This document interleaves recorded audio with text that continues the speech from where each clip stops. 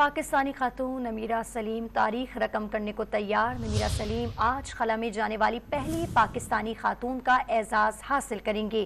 سبز ہلالی پرچم لہرانے کے لیے نمیرہ سلیم امریکہ سے سفر کا آغاز کریں گے۔ نمیرہ سلیم اس سے قبل سبز ہلالی پرچم قطب شمالی اور قطب جنوبی میں بھی لہرا چکی ہیں۔ نگراں وزیر اعظم انوار الحق کاکڑ نے پاکستانی خلا باز نمیرہ سلیم کے لیے نیک تمناؤں کا اظہار کیا۔ خلا میں جانے اور وہاں پاکستان کا سبز ہلالی پرچم لہرانے کے لیے 17 سال سے منتظر پاکستان کی ہونہار اور بہادر بیٹی نمیرہ سلیم آج امریکہ سے اسپیس شپ کے ذریعے تاریخی اڑان بھریں گی۔ نمیرہ سلیم پاکستان کی پہلی خلا باز ہیں جنہوں نے بچپن سے ہی تاروں پر پہنچنے کا خواب دیکھا۔ حکومت نے نمیرہ سلیم کو 2006 میں پاکستان کی پہلی خلا باز کے طور پر آفیشلی متعارف کروایا اور 2011 میں انہیں تمغہ امتیاز سے بھی نوازا گیا۔